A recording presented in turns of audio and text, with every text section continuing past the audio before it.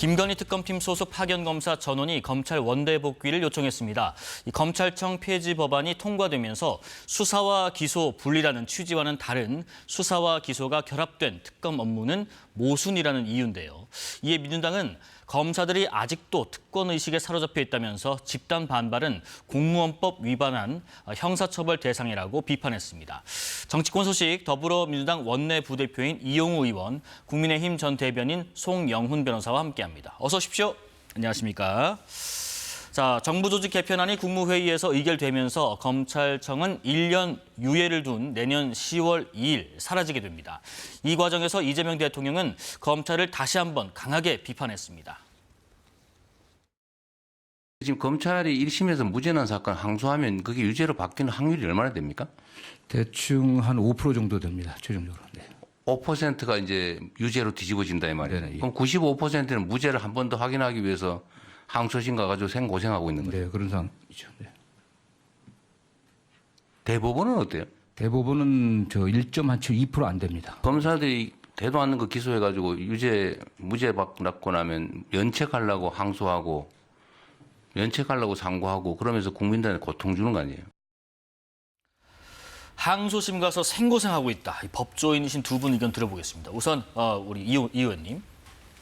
네. 그 재판이라고 하는 절차가 네. 유죄를 확정해서 엄벌을 하기 위한 목적의 어떤 절차인가. 만약 가장 효율적인 그런 방향의 절차를 구성한다라고 하면은 사실은 수사하고 기소하는 기관이 네. 그 형량까지 다 선고하고 하면 될 겁니다. 그런데 별도의 재판 절차를 따로 마련해 둔 것은 수사 기소 기관의 어떤 이런 부분들을 한번 스크린하는 어떤 의미에 좀 더 방점이 찍혀 있을 수 있다라고 보여지고요. 그래서 재판이라고 하는 것을 통해서 어떻게 해서든 되지도 않는 사건을 기소해가지고 유죄를 끌어내려고 하는 것 자체는 분명하게 좀 제동을 걸 필요가 있고요. 예.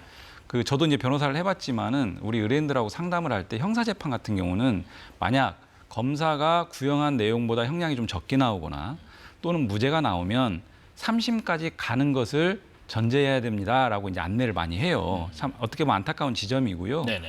이런 부분과 관련해서는 기간에 이런 문제 제기들이 많이 있었고 그래서 이런 부분들에 대해서는 법 제도적으로나 정책적으로 좀 일정한 또 그 대책을 좀 마련할 필요도 있다라고 보여지는데 예를 들면 정책적으로는 소위 내부적으로 이런 무리한 항소, 상고 이런 부분들에 대해서 조금 제동을 거는 절차를 좀 내부적으로 만들 필요도 있지 않을까 싶고요. 네. 사후적으로 계속 무리하게 항소 상고해가지고 결국 무죄 확정됐다라고 하면 이 부분들에 대해서는 사후적으로라도 분명하게 어떤 페널티를 가하는 어떤 인사 그 평가에서라든지 이런 조치가 필요하지 않을까 싶고요.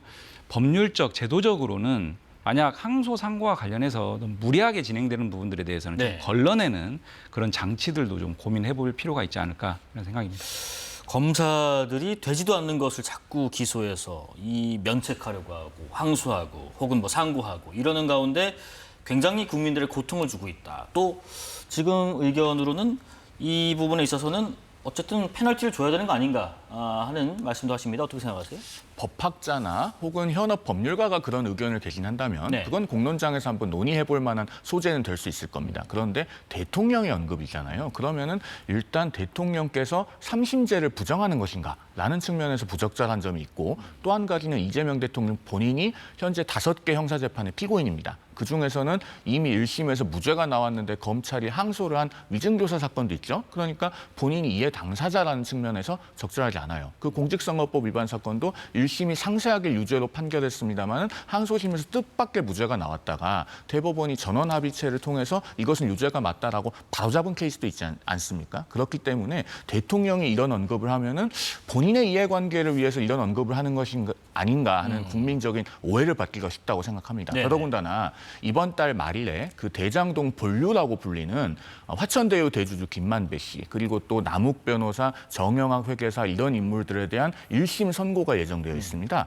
만약에 이 인물들에 대해서 물론 결론을 예단할 수 없지만 혹시라도 무죄가 나온다면 검찰의 상소가 제한된다면 그대로 판결이 확정이 될 것이고 그것은 별건의 배임 혐의로 기소가 되어 있는 이재명 대통령 본인에게도 이득이 되게 됩니다. 이런 점에서 대통령의 형사사법제도에 대한 언급은 지극히 자제될 필요가 필요가 있다라는 말씀을 드립니다. 방금 이 지적에 대한 의견 듣고 싶습니다. 그러니까 이제 지금 이 대통령 본인의 어떤 재판 관련해서 특히 공직선거법 위반 혐의랄지 이런 부분에 있어서의 불합리성을 스스로가 제기한 것은 다소 좀 다른 오해를 불러일으킬 수 있는 부분이 있지 않은가 어떻게 생각하세요?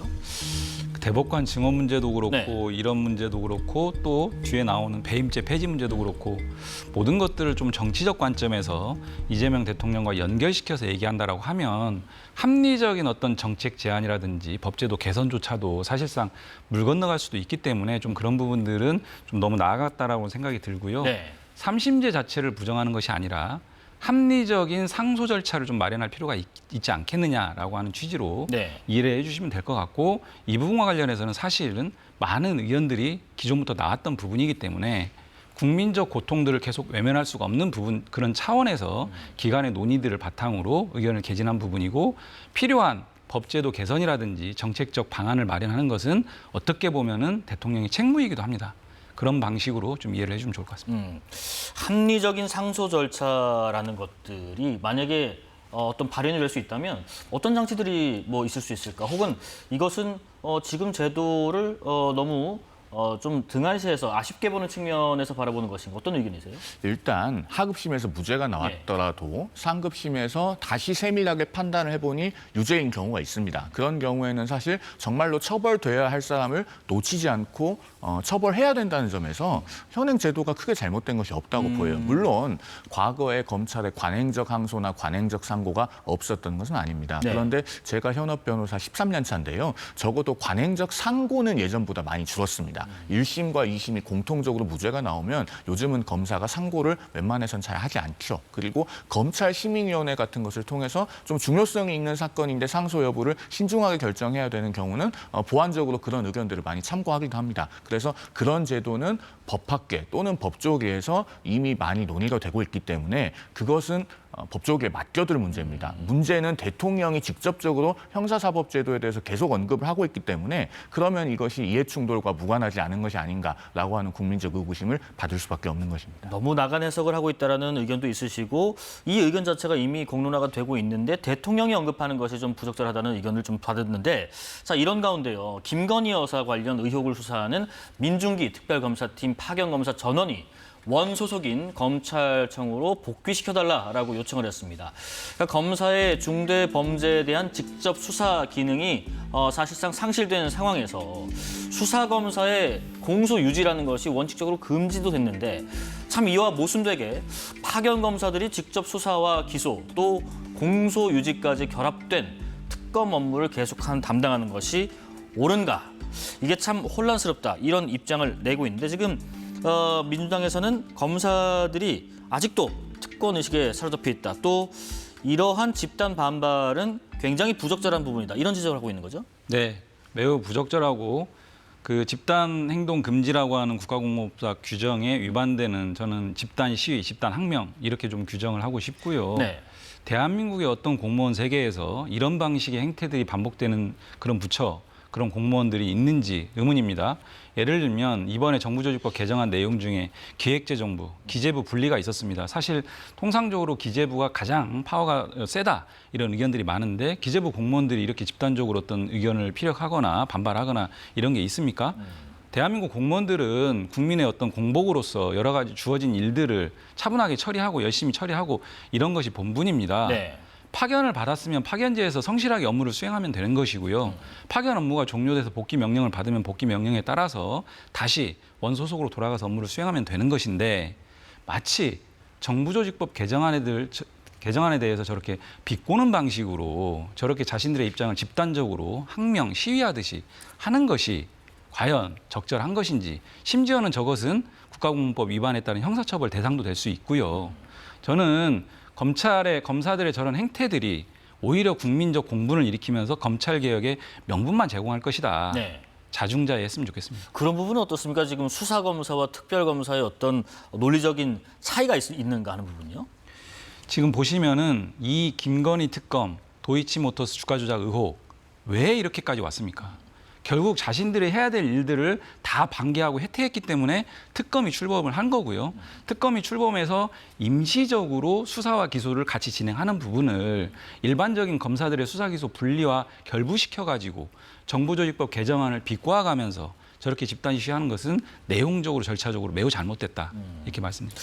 하지만 그럼에도 불구하고 검찰 내부망에서는 이런 반발 또 이것을 지지하는 새로운 글들이 계속해서 올라오는 상황인데 거기에 대한 이유도 한번 들어보고 싶고 또 지금 어쨌든 특검에 파견돼 있는 검사들이지만 본래 돌아갈 곳이 이제 없어진 상황에서 또 그런 답답함을 토로하는 걸까요? 어떻게 해석하시는지? 일단 수사와 기소의 분리라는 미명하에 검찰을 폐지하면서 동시에 역대 최대 규모의 특검을 역대 최장기 기간으로 가동하고 있는 이재명 정부와 민주당의 모순은 단 세 마디로 요약이 가능합니다. 첫 번째, 모든 검사는 수사는 할 수 없고 기소만 할 수 있다. 두 번째, 그런데 민주당이 추천하고 이재명 대통령이 임명한 특별검사는 수사도 할 수 있고 기소도 할 수 있다. 세 번째, 그 특별검사가 골라서 받은 파견검사 또한 같다. 이렇게 큰 모순에 처해 있는 거예요. 네. 그리고 이른바 수사와 기소의 분리라고 하는 것은 절대선이 아닙니다. 이거를 비유하자면요. 수사와 기소의 분리는 취재와 보도의 분리와 비슷한 겁니다. 보도를 해야 되는 기자가요. 스스로 취재도 할 수 없고 취재원에게 전화도 못하고 현장에 나간 기자에게 이렇게 물어봐라 저렇게 물어봐라 요청도 할 수 없고 너는 오로지 써준 대로만 읽어라 라고 하면 그게 제대로 보도가 되겠습니까? 그런 모순을 지금 특검에 나가 있는 검사들은 직업적으로 매일같이 형사사건을 다뤄온 사람들로서 온몸으로 느끼고 있는 거예요. 네. 그렇기 때문에 이렇게 집단적으로 의견을 표명할 수밖에 없는 것이고 그럼에도 불구하고 상당히 절제되고 자제된 형태로 하고 있습니다. 우리는 수사를 다 마치고 돌아가서 민생사건의 수사에 집중하겠다라고 표현하고 있지 않습니까? 그러면 이 정도의 의견조차 낼 수 없다고 한다면은 그것은 지나치게 과도한 억압이다라고 생각됩니다.